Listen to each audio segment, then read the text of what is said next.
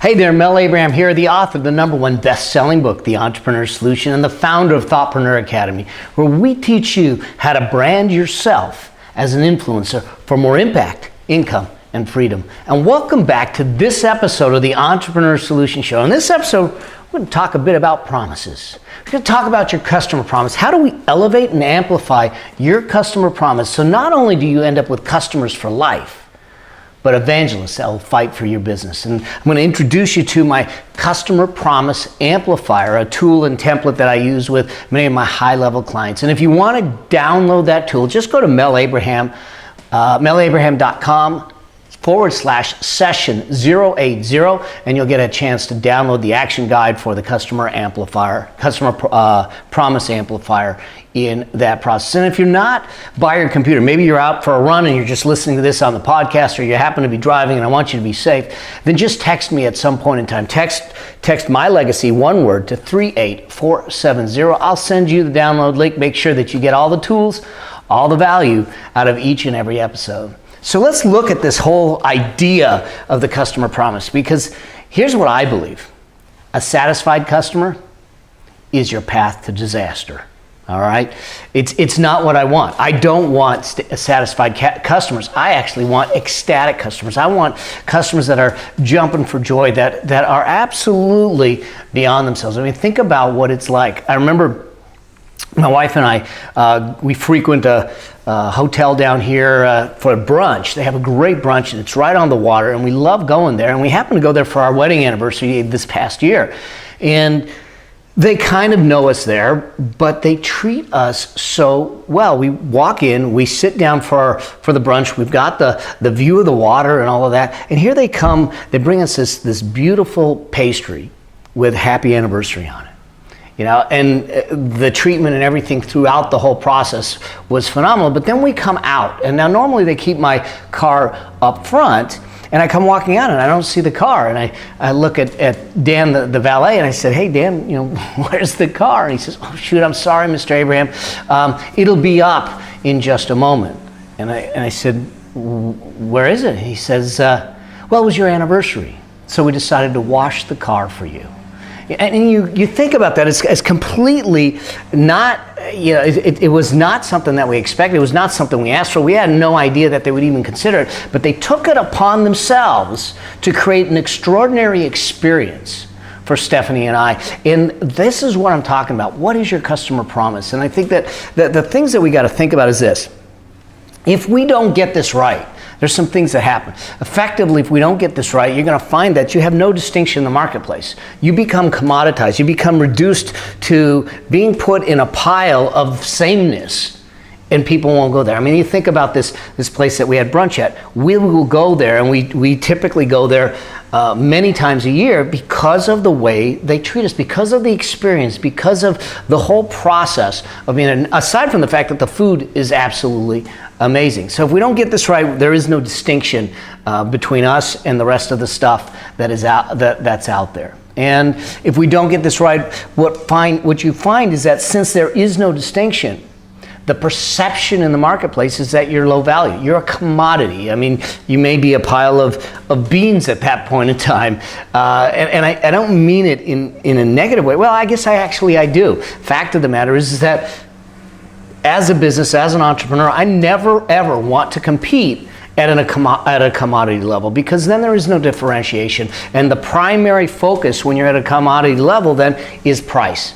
And I don't ever want to be the differentiator on price. I want to be the differentiator on quality, experience, connection, the whole process. But price is never in there, because I want price to become no object. In fact, if I do this correctly, not only does price objections go away, but competitive objections go away. The last thing that happens, well, one of the last things that happens if we don't get this right is effectively you end up with customers that I call runaways. In other words, they're transactional. They're going to come to you, they're going to buy, and then there is no loyalty, there is no connection. It's a transactional relationship, and they're going to run away. They're going to be gone out of your sphere, out of your circle. You're never going to hear from them again.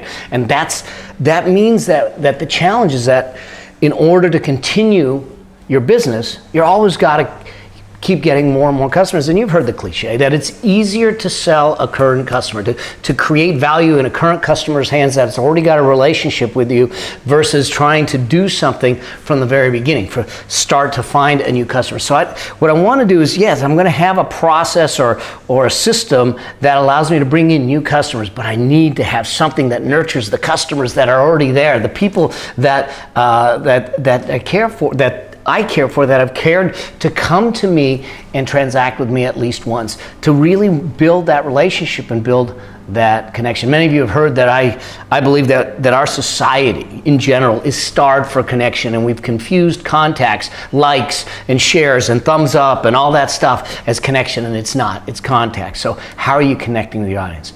Here's the cool thing. When you get this right, some things happen. Some really cool things happen. First things first, competition fades away.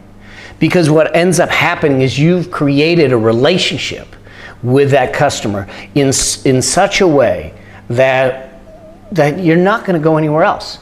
There's a tremendous level of loyalty. I mean, I've just had a recent buying experience for something that was a very high-priced, high-ticket item, and the salesperson that I worked with was absolutely phenomenal to work with. Bent over backwards. He worked through some challenges that we had during the transaction, some difficulties with timing, with structuring, with all the types of things, and he did everything possible. In fact, when there was ever an issue, I would simply call him up and he says, "I got this, don't worry about it." And when you can do that for your customer, man, you know, I took the time to write his direct report, his boss and their boss, a letter about him, and I'm going to refer to him because of the experience that he created. So competition effectively fades away if we do this correctly. The other thing that happens is that, as I said earlier, price doesn't matter.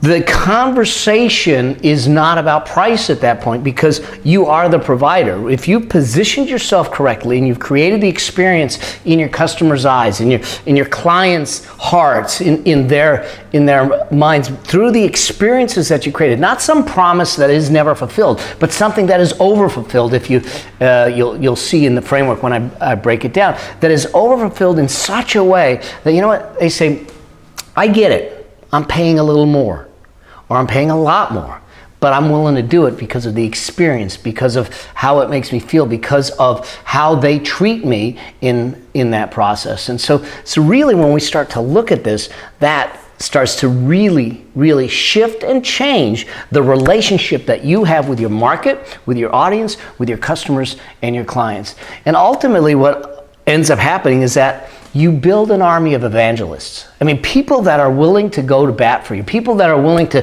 stand toe-to-toe for you in a way that they're going to tell people about you. In fact, this transaction that I just talked about, I've already referred them, to people to talk to them about doing a deal for them. And the fact is that relationship is what created the referral. So they've got someone in me that is an evangelist for their brand. And when you can create evangelists for your brand through experience, so they can sit back and say, "I've had firsthand experience with you or with your brand, and here's what it was like."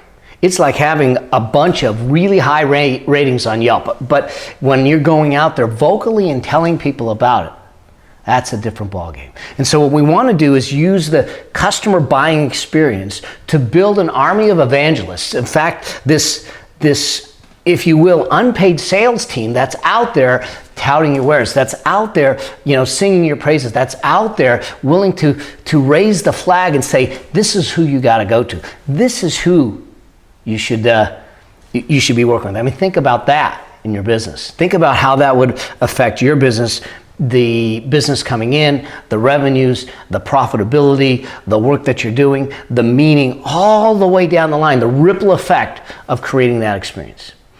So what do you need to know to make that happen? I think there's a couple principles for you to understand as we move forward, and then we'll build out the framework, the Customer Promise Amplifier framework. So here's the thing. The first thing to understand is expectations are transactional. What do I mean by this?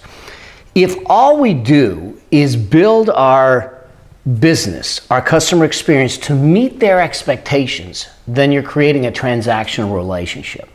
We've got to surpass their expectations. We've got to absolutely wow them with the things that we do. And we'll give you some ways to do that. We've got to give them some surprises. We've got to do some things differently, because meeting expectations is the bare minimum of operations, and that's not enough. And that is where I think we start to create that transactional relationship that's fleeting. And I want you to have not transactional relationships, but I want you to have long-term relationships that are mutually valuable. In other words, they get value out of the relationships and you do too. I mean, granted, there's commerce involved and it's a commercial relationship, but that doesn't mean that there can't be a relationship just the same, just because there's money involved.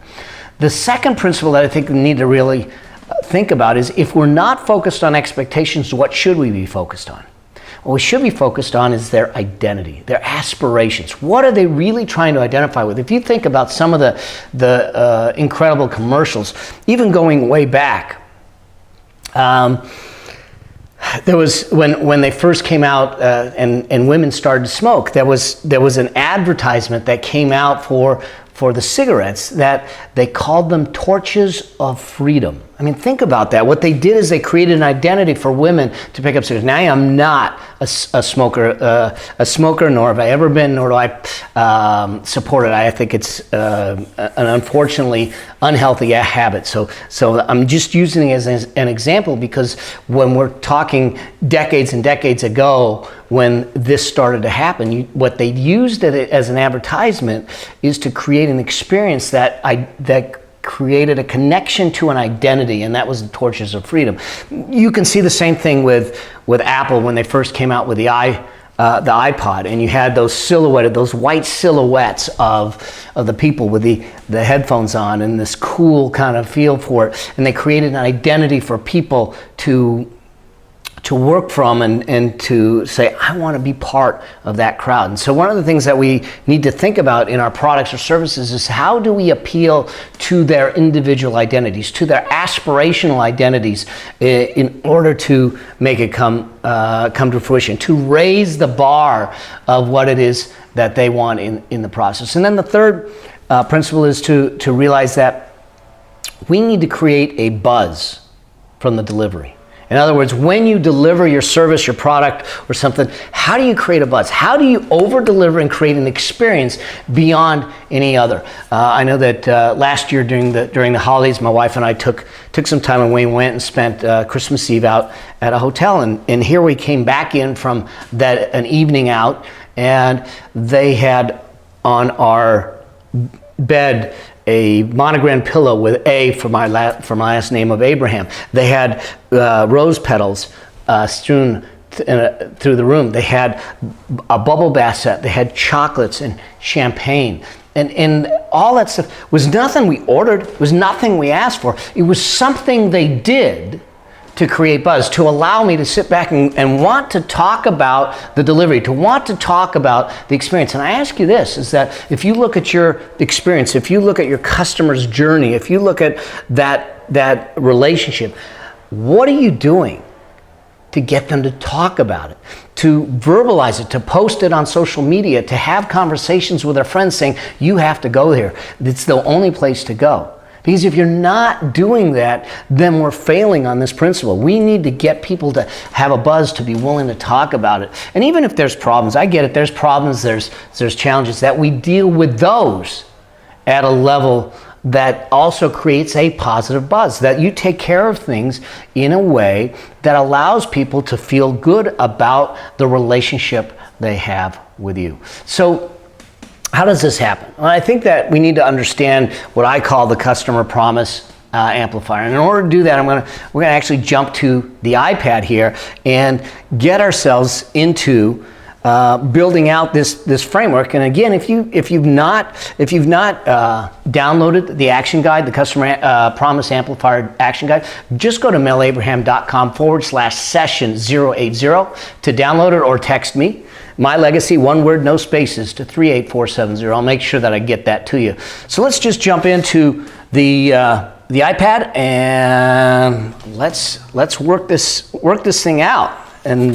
see how this works. So one of the first things to consider in this process is that we're going to talk about things on a variety of different levels. And the first thing that we're going to talk about is really about your execution. So at what level are you executing at first? So we're going to talk about your execution. We're going to talk a bit about your customer's perception.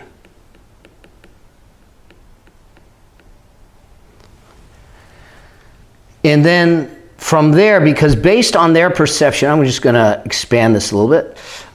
Based on their perception, they will then come up with their buying criteria. So we're going to talk a bit about the buying criteria based on your execution and what they're looking at. We'll then touch on the type of customer that you're creating. You're creating a relationship. The kind of relationship that you're creating with a customer becomes important, and you have the ability to impact that. And then the last thing that I want to touch on is what impact that has with your relationship in the marketplace and that customer as we move forward. So at the bare minimum, when you first start out, we're really dealing, and this is the thing that we talked about in one of the principles, is that you can deliver your execution based on their expectations. Yeah, effectively, you meet their expectations. Here's the challenge with that, is when you meet their expectations, as I said, you're actually creating a relationship of a commodity. The perception in the marketplace is that you've got a commodity that you're offering, and there is no differentiation, there is no distinction, there is no value beyond what they're using it for. Their buying criteria then becomes one of, what does it cost me? They're totally focused on one thing and one thing only, and that's the price. And we need to get that customer focus off of price and onto value, that client focus in order to really nail this thing. And in the end, what ends up happening is you have, satisfied customers. And that, my friends, will be the beginning of the end for you. Because satisfied customers end up becoming what I call leavers or runaways. They're not going to stay with you for long. So what we need to do is we got to look at this whole piece and say, all right, that's where a lot of people may play, but it's not a place where you want to play. You want to move yourself up. Well, I don't want to serve at the expectation level. The minimum that I want to serve at is what I call the desires level. Because if I'm serving their desires, I've elevated myself above their expectations, because they come into the game with a level of expectations, but there is always a little bit where they would desire just a little more. Just a little more. And so if you can serve at that desires level, what ends up happening is they start to look at you not as a commodity, but as a premium. As a premium. And when you start to be seen as a premium, what they start to look at from a buying criteria is not as much the cost. They're still going to focus a bit on the cost, but they're actually going to look at what we call utility. The impact it's going to have in their life, how it works, the functionality, the utility of what it does for them in the process. And now, instead of satisfied customers, you actually have happy customers. So this becomes the minimum level. If it were me, this is the minimum level we need to operate at the desire level, not at the expectation level, at the desire level, because with happy customers, you have what I call repeaters. Okay. Now people are going to come back to you and use you over and over again because they felt that you actually exceeded the expectations that they had. But there's still another level above that, and this is where I actually think we ought to strive for. This is where I think If you take the time to create the relationships, to do the things, to really bring this to life, things will change for you dynamically. And I'm going to give you a worksheet that's going to help you build out and amplify this customer promise experience for your customers in doing that. But now you start to operate at a different place. And this is at their unexpected needs level. Completely unexpected, just like this whole thing with them washing the car for me and doing some of those things. It was totally unexpected. The car certainly needed a wash, so I'm guessing that's what they saw. But the fact of the matter is it was totally unexpected. And in that process, it made me look at it and say, that is extraordinary.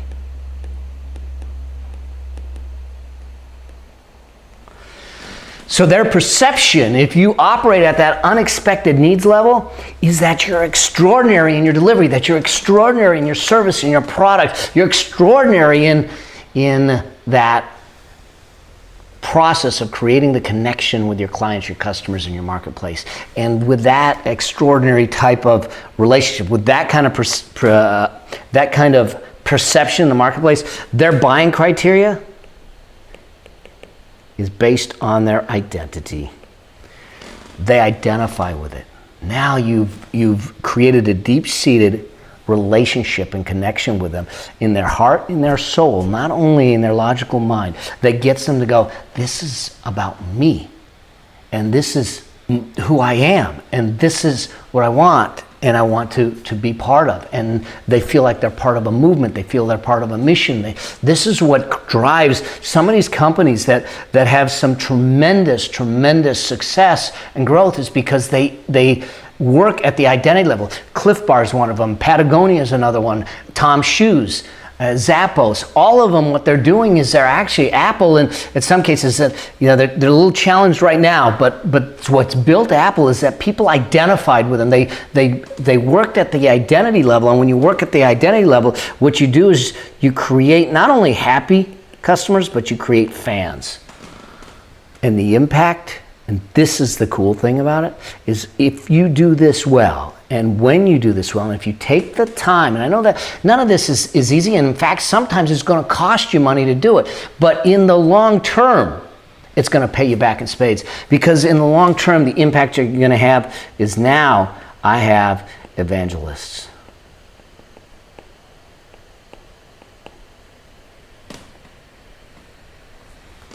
Evangelists. People that are willing to go to bat for you, people that are willing to speak about it, people that are willing to be vocal about it. Not someone that says, yeah, I'm satisfied and I don't say anything, good, bad, or indifferent. I want people that are screaming to the hills, that are saying, my gosh, you gotta go to Mel. I mean, I've had a couple of folks in recent times that I've had the opportunity and the blessing to work with them one-on-one, and the response, because of the impact it had, was tremendous. And so what you need is people that are willing to vocalize this in that way. We live in a different marketplace today. It's not about just direct advertising or TV advertising or newspaper ads. It is about word of mouth. It is about that viral kind of nature of contacts and communication. And we need to create that viral nature by blowing away our customers, by exceeding their expectations, by far exceeding their expectations and exceeding their desires, by working at their unexpected needs level and doing it in such a way that creates them a perception of you being extraordinary and makes them your evangelist. Your invisible, if you will, unpaid sales team that's out there talking you up and putting it out there for you. That's the key to doing this. That's the key to amplifying your customer promise and your customer's experience. And when you do that successfully, man, the doors are going to open up. As I said, price and cost become a non-issue. Competition becomes a non-issue because you've set yourself apart. You've created the distinctions in a way that people cannot compare you to what's out there. Great book, if you haven't read it, that talks a bit about this distinction, is all this Blue Ocean Strategy. I love that book. If you haven't checked it out, check out Blue Ocean Strategy in the process. So here's the deal. the Customer Promise Amplifier action guide that you can download, melabraham.com/session080. You can download, has a worksheet that takes you through a number of processes that allows you to start to understand what it takes to really build out and work through the process of amplifying your customer promise and delivering on it. So it's not, hear me clearly on this, it's not about just making the promise. It's about delivering on it. It's about fulfilling that promise in a way that your customers, your clients, your marketplace are talking about it all the time. So you're going to go through it. We're going to talk about 3 different categories of things that you can do in the action guide. We're going to talk about your baseline. What's the baseline things that you can do? What's the aspirational things that you can do? And what's the experience you can create for your customers and clients? So do me a favor, download that action guide, work it through, get it implemented in your business, get it out there in such a way that you start to see things. Again, you're going to have to invest your time because it takes a little while to create these experiences and to build that trust that the experience is going to be a consistent experience over and over again. But when you do, man, what happens is you start to create momentum in the business. So take that guide, work through it with your people, work through it with the people that are the face to the customer people, your internal people. Create it part of your business identity to go out there and create extraordinary experiences to wow them in a way that makes them go, oh my gosh, I got to tell the world about them. So I hope that this serves you. I hope that you found this of value. Fulfilling and exceeding your customer promise will be the key to transcending price objections, competitive impacts, and that'll do it. So do me a favor, if you haven't done so already, make sure you subscribe, because I got a lot of these tools, these templates, and these success tips for you as in business and wealth and success and thought leadership and thoughtpreneurship that I'm going to keep doing on a weekly basis. So subscribe, be part of the community. Love to hear from you also. And so if you've got any questions, just leave them for me at askmelnow.com. You can go there, you can leave me your question. We'll make sure we get it on an upcoming episode. And one last favor, if you would do me a favor, is that there's probably people that you know that these kinds of tips, these things could serve them, could help them. Share it with a friend. Go ahead and share this, post it, put it out there. Let's get it out to the world so I can be their mentor, their success mentor, their entrepreneurial mentor in their back pocket. This is the way I can get access to as many people as possible and give them access to me at this level. So do me a favor, share it, subscribe, and until we see each other on the next episode, may your vision be grand, your journey epic, and your legacy significant. See you soon. Cheers. Bye. We hope you enjoyed this episode. Make sure you subscribe so you get access to all of Mel's business and success tips. And if you like this episode, share it with a friend. If you have a specific business or success question, you can ask it at www.askmelnow.com. Remember, it's all about being bold, dreaming big, and living life your way. Because the world needs you.